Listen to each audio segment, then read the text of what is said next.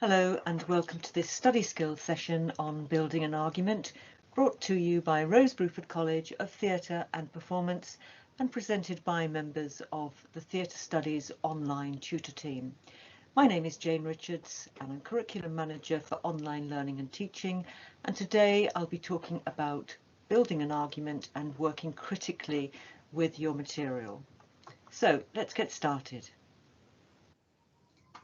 The aim of this session is to identify some of the component parts of a critical argument, to recognise ways of contextualising source material, to know how to support ideas with evidence, and to identify your own authorial voice. Your written approach is important. If you look at the list of words on this particular slide, you will note that they all refer to a form of writing or speaking. A report, an account, an evaluation, a diatribe, a documentary, a narrative, and so on. Often as a tutor, I see pieces of writing which would fall under any one of these headings. However, this is not the sort of writing that we're looking for when we're asking for a critical essay. So let's move ahead and identify what a critical essay comprises. Central to critical writing is knowing what your role is within the argument itself. First of all, we begin by building a thesis statement. This is often the first paragraph of your essay, and it's a sort of distillation, if you like, of the sorts of things that you're going to explore as the argument unfolds. By putting them down in the first paragraph, you're provoking your reader to thinking about these sorts of things as you move forward. You're taking your reader with you. What we need in this particular statement is a generalised or informed assertion of the topic of interest. Now, why generalised rather than, say, taken from some rich source of data? Well, I think it's important to bear in mind that as the author of the critical account, you need to be the one starting and finishing each paragraph, and also starting and finishing the essay as a whole. So, having given your own generalised assertion, you then start to build your argument and contextualise it by situating it in time. Also to think about pivot points, counterpoints or counter-argument, supporting arguments, supporting counter-arguments, rebuttals, and indeed a summary line, leading to the topics to be investigated either in the essay as a whole or in the next paragraph. The important thing is to lead your reader through every step of the way. We begin with a provocation. Theatre after lockdown. Now, this isn't a full essay question, mainly because we're focusing today on the critical skills needed to create or craft an argument rather than the complexity of the argument itself. And as most people have some knowledge of theatre after lockdown, I think we can bring ideas to this more generally. You will note, for example, that the end part of the title is missing, so should you wish to take it further and sharpen it up, you can do so. Let's begin. Here are 3 sentences I created around this particular topic, very broad and covering different sorts of aspects. I will read it to you.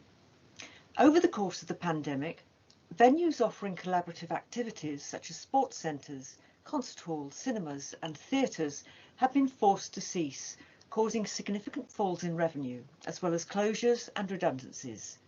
For theatre makers in particular, lockdown has inspired new ways of working, including creating online performances, streaming of pre-recorded events, and developing new audiences through virtual activity. However, while some theatre venues and companies are now preparing for a comeback as soon as restrictions are lifted, others argue that theatre will never be able to reverse the changes made. Okay, so if I were to take a highlighter pen and just stop it there, you will note that that first sentence is our broad generalised statement of where we are sitting within this particular field of study. but it actually includes a broader range of venues other than just theatres in order to provide an umbrella under which theatre might sit. So this helps to contextualise the topic that we're looking at. In the second sentence, there's a positive focus on what has occurred as a result of theatres themselves being under lockdown. Lots of positive, new, creative ways of creating performances of all kinds.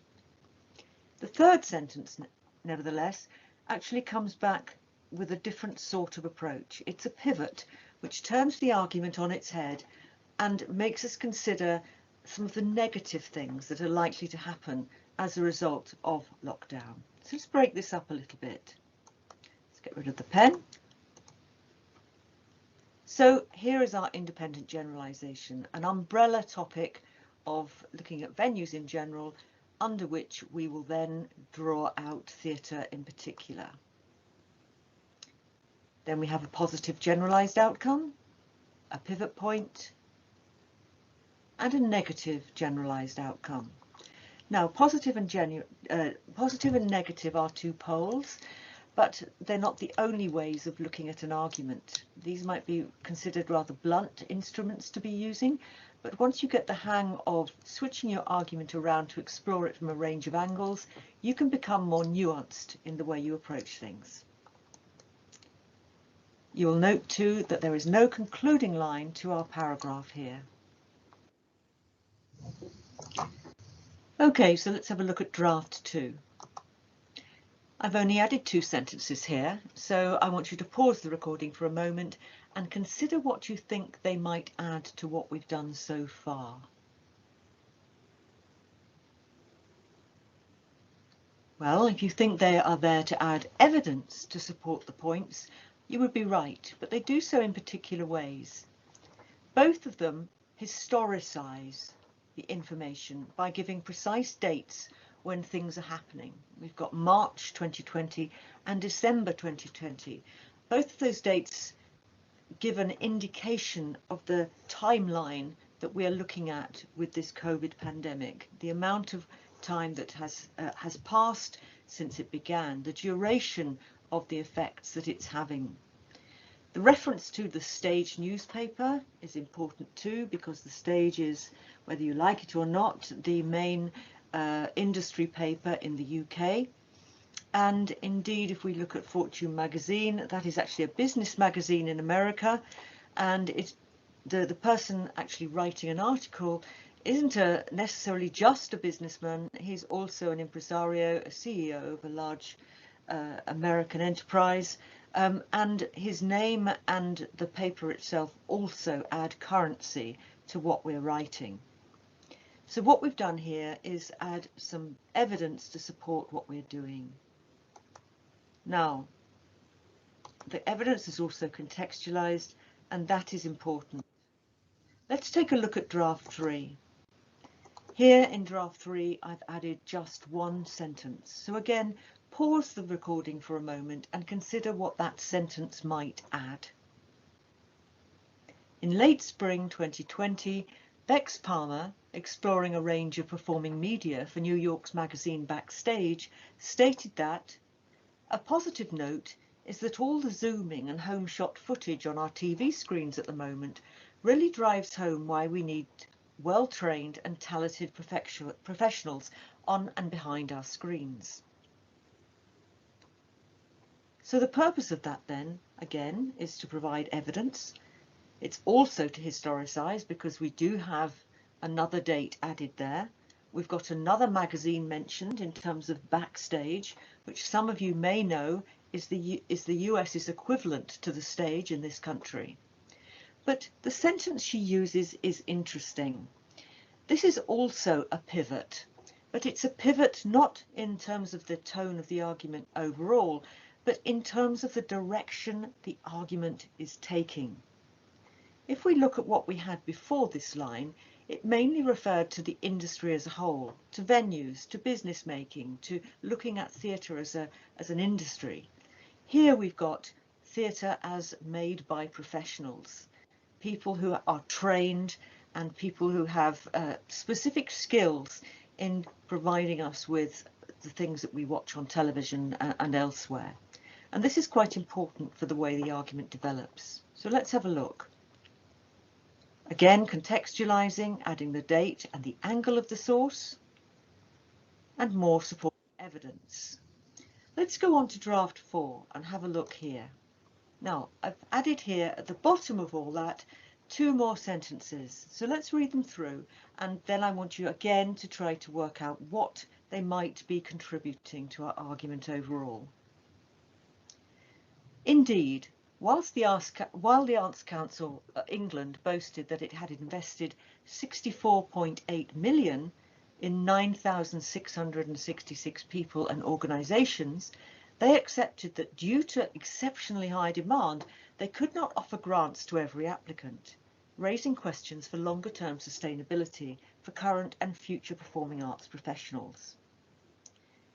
In the USA, similar long-term consequences are noted for those working on Broadway and off-Broadway, warning that backup gigs such as working as a nanny, catering and restaurant work are no longer easy fallbacks because those industries too have been affected by the pandemic. So what these 2 sentences do is basically build on that argument that was brought in earlier on by Bex Palmer. The idea that we have people involved in this whose jobs are at stake, not just the buildings themselves, not just the industry, but the individuals. The first one is again quite nuanced because on the one hand it suggests that the Arts Council has contributed a serious amount of money to support the arts, but it also points out that it can't offer grants to everybody. Now, the authorial voice is very clear in this because it frames the point the Arts Council made. So it builds from the Michael Barra point by using the word indeed. So it's making a connection between what has been said and what is about to be said. Indeed, while the Arts Council England boasted, and look at the word boasted there because it's a particular choice of word, I could have said wrote or said or claimed, but I wanted to use the word boasted to the effect that it had actually claimed 64.8 million as a sum that it had used to bail out theatres during the time of COVID. But the authorial voice comes back in afterwards with they accepted that due to exceptionally high demand, they could not offer grants to every applicant, and the authorial voice concludes that this is raising questions for long-term sustainability for current and future performing arts professionals. So there's the quote, which is wrapped neatly round with authorial voice. The final sentence also does the same. Note that in the USA, similar long-term consequences. This sentence builds on the one that we've just had. It's not there just out of the blue. It follows the line that's just occurred. In the USA, similar long-term consequences are noted for those working on Broadway and off-Broadway. And again, there's a citation. Now, let's have a look here. We've got more counter-argument, and we've got more counter-argument. But what we don't have here is a line to draw the argument or formulate a conclusion, which is what we need. At this point, I'm going to ask you to pause the recording and thinking about what we've said, thinking about drawing things together and building on what's been talked about so far. Create a conclusion, please, to this paragraph.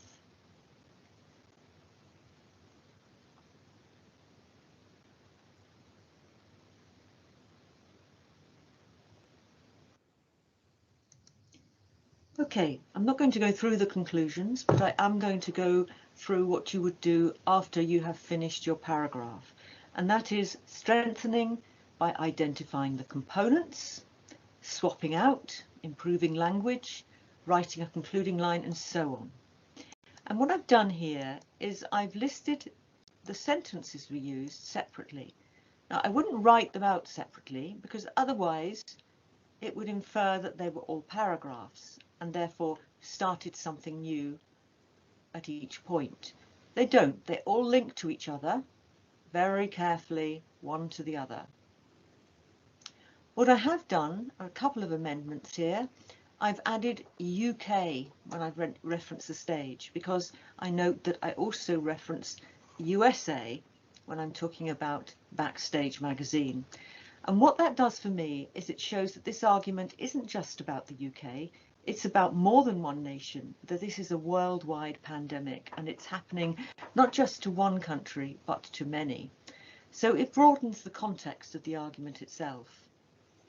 I've changed the phrase by late spring to June 2020 because it's clearer to understand the timeline. Our first sense of a date comes in March 2020, so June 2020 shows a development of that. It helps to build some sort of narrative because another date comes in with December 2020 and so on. And eventually we get with Arts Council England to 2021. Again, ordering the material like this helps to give a sense of a wider picture happening behind this. I could go on to making other amendments. Indeed, I've cut out New York's and changed it for leading US because it makes it more in line with my reference to the UK. I could go on taking out words like stated, which is the reference here to Bex Palmer's statement. I could find a better word for that. So swapping out and improving language would be my next stage. So let's move on to draw together. If I'm looking at developing an assignment as a whole from this, theatre after lockdown, possible threads to pick up, I've sort of covered fundraising, government support and financial stability. I've looked at the creativity of the performing arts industries during a pandemic and the impact of individuals and their careers. So these are three broad subjects which I could look at if I wanted to take this assignment further, because so far nothing has been done in any detail. You might want at this point to identify a range of possible sources that you could use to support these in more detail. Let's move forward. Here is a simple essay plan. Now, let's go through and explain what it means. Well, first of all, you've got a series of blocks in the middle. The first showing here with a label, independent generalization. So that was our starting point. That was the first line we added. And then we went on to identify the sorts of points that we've made. Now, on the previous page, I listed 3, but we could list 4 or more, depending on how many things we wanted to cover in this assignment as a whole. I've depicted these as horses. For the reason for that is that it's important that if you start a particular point, you make sure that it actually finishes across the finishing line at the end, that it doesn't get lost somewhere amidst all these other paragraphs. So whilst I have inferred by the colour coding that point 1 gets dealt with in the second paragraph, and point 2 in the third paragraph, and point 3 in the third, and point 4 in the fourth, leaving us to conclude with our own authorial voice in the conclusion, it is important still that we make reference to these clear points and draw some conclusions about them in particular. Another thing to look at here is that the authorial voice, which has to be distinct throughout the entire piece, needs to be the voice that ends each paragraph and begins each new one. So a concluding line is needed to each paragraph and a link from paragraph 1 to paragraph 2. Remember how I showed on the previous slide that sentences that make up a paragraph can be linked to each other to carry the ideas forward. Well, the same goes for paragraphs themselves. They should link, they should slot together, there should be good bonding between them. You should be taking a clear line through your points for your reader. Everything needs to be backed up by solid evidence. So think about that as you move through, but also solid counter evidence. This doesn't need to be negative, positive. It just needs to take a series of different perspectives on the same topic to show that you're looking at this from a range of angles. Now, this is quite a simple essay plan, but it could be far more sophisticated. You could, in fact, mix the points up for each paragraph. You could, in fact, stage this completely differently. But I suggest that in the first instance, that you learn to do this assemblage in this particular way in order to then become slightly more adventurous as you move through. So to sum up then, with notes on planning, be clear that you ensure that you are clear about your key points and trace them through the essay. So here are our horses. Watch them as they go through and make sure that they all come back at the end. Of course, essays can be more than 6 paragraphs, but they should always conform to the model, or a model which allows you to make sure that everything is linked carefully and purposefully built. Again, for more complex topics, it's possible to cross boundaries between points, context and methodologies. And we haven't really thought about methodologies in this particular discussion. It's always important to signpost your changes. Don't assume your reader has all the information they need to know about the topic before they read your essay. Assume they know nothing and assume that you are providing all the evidence that they could possibly ever need to know in order to understand the points you're making. And ensure all the points that you make are brought back to a purposeful conclusion at the end. Let's move forward to look at the resources that we have got here in this particular one paragraph starting point for an essay. You'll note that in just that one paragraph, there are quite a number of references. And the point I'm making here is that whilst I've fallen foul of one of my own suggestions, which is that you don't just use web sources, and I have for this example, there is still weight and different sorts of weight to the sources themselves. They're placed in alphabetical order, and the first one is the Arts Council and the article it's written, and indeed a full document that it has written to back it up with all the stats in it, and it provides ideas and data from a publicly accountable body. And that gives weight to the points we're making, particularly if we cite them properly. The second one is journalism. Now, journalism is still a viable approach, although it does sometimes end up as an opinion piece. You need to think very carefully about whether it's an informed account or whether it's just somebody's personal opinion. Now, in this particular instance, we're using The Guardian, which is a broadsheet newspaper, and we're using an article that's been written directly to address some of the aspects of the topic that we're exploring. Journalism occurs in the next one, where we've also already identified we've got a CEO of an entertainment company as the author, and again we know that it's a financial magazine, so there is some weight there. Similarly, we can recognise that Nadia Saria MacDonald is a Pulitzer Prize winning author and critic, so there must be some weight behind what this particular person has to say. Of course, I'm not digging particularly deep here because I'm not in any way politicising or contextualising in a theoretical sense the perspectives that these people are using. That is for another one of these sessions.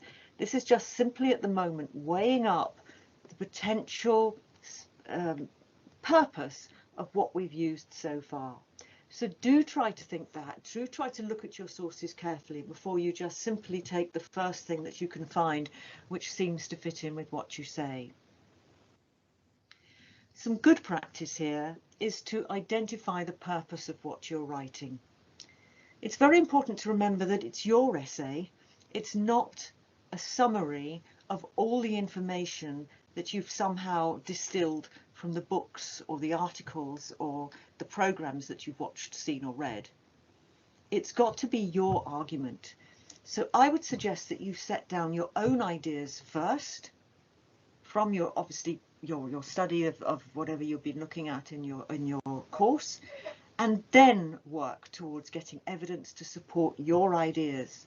It may well be that in doing that you change a direction slightly. That's as it is, you know, we discover things as we go along. But do remember, it's better to start with your own ideas and to support those and to challenge them than it is to simply take a variety of sources and try to spin them together. So recognise how the elements support each other. How do they link to each other? And to do that, you need to think about the storyline that you're building. Make your own authorial voice clear. Make sure all the points you raise in your thesis statement are followed through the assignment as a whole. Don't add too many, because you will find that your reader won't be able to hang on to all those ideas at once. And where possible, consider the critical lenses, the temporal, historical, political, cultural lenses through which your sources look at the topic. I've already mentioned looking at too many web sources, but I will point out that whilst Wikipedia does have some useful information on it, it doesn't always specify the author, and it's not always as solid as we'd like it to be. So I advise you not to use it in an academic essay. Neither should we use social media unless we're using it for a specific purpose, because it will tend to be an opinion piece. Try to get a balance of viewpoints and be selective in what you include. You cannot scrummage everything into one assignment. If you do, you are ending up watering down your own ideas. Never end a paragraph on a citation. Your own voice should be the one to conclude. And never paraphrase either, without citing where the author's ideas end and your own use of them begins. You should not create a straw man by watering down an argument to boost your own ideas. That's very important. So you recognise that you are treating the sources with respect and using them felicitously as you move through. Avoid value judgments, which are judgments of taste and value, such as good, bad, exciting, beautiful, or I liked it or didn't like it. Nobody really cares whether people like it or don't like it. They want to have solid evidence to support an argument. So opinion here is less valuable. Don't assume your point is well known and therefore needs no support. Avoid generalization wherever possible. Show how you arrive at your conclusions. Show you're adding up. Don't just show the answer that you've arrived at. Tense. Avoid using the first person I wherever possible in one of these essays. Take a more objective stance. And learn to recognise the stance your sources are taking. Frame them within the lenses they are using. And there'll be more on this in a future. Finally, on good practice here, I want you to avoid, where possible, using complex terms unnecessarily. The clearer your language, the better. Avoid using complex terms in general ways. Don't use a word without actually defining what it actually means. Use specialist language purposefully. And again, avoid writing, in my opinion. Your opinion actually doesn't count unless you can back it up with evidence. It's not an opinion piece. It's not a report. It's a critical piece of writing. So use verbs purposefully. And as I said before, I use the word boasts when I referred to the Arts Council England. Think about the difference between that and argues or contends or insists or underlines. Find a word that you really feel sums up what is being said. These are much more precise than just sticking with writes or says or something. You should avoid writing such and such thinks. You can't tell what somebody thinks. You can't get inside their head. You can only say what they write or do. So do avoid that as well. Identify your sources, and of course you don't need to identify them in the same way that I've done here with the formula. But let's have a look. Simply you could say Green 2019 argues, but that doesn't say who Green is or from what perspective Green is writing. So to thicken it and strengthen it, you could say Green's feminist account presents a different perspective. You could use Brown 2015 states, or to be a bit clearer, Brown's journalistic account, and so on and so forth. Of course, the syntax can be different in each occasion. You don't have to stick to those precise words, but the first time you mention a source, it's very useful to place them in their context. And I advise you as well to use hedges. The purpose of these is to avoid making hard and fast assertions that cannot actually be fully supported with evidence. For example, the phrase, "the road is dangerous," unless you've got firm evidence for it, you can only hypothesize or to use a hedge to describe it. If you had, for example, the road, there were 3 accidents on this road in 2020, therefore it could be argued that. So you are actually hedging your bets here. You're not actually saying the road is dangerous because your argument isn't quite strong enough in that particular case. So using phrases like "a potential link exists between," or "it might be implied that," shows that you recognize that argument has to be pinned down very strongly, the points that it's trying to make, with clear data. Finally, in this particular activity, I'm going to leave you with an activity for you to do yourself. Here is another quite different piece of writing. It's a thesis statement again, and I want you to test your own skills and knowledge of these topics by identifying the various different things listed on the right in the writing below. Okay, well that brings us to the end of this class today. I do hope that you found it useful. If you do and you have suggestions of what we might put forward in the future, do let us know and let us have any comments or suggestions for other things that might serve you well in terms of developing your critical approach to writing and essays. Okay, thank you.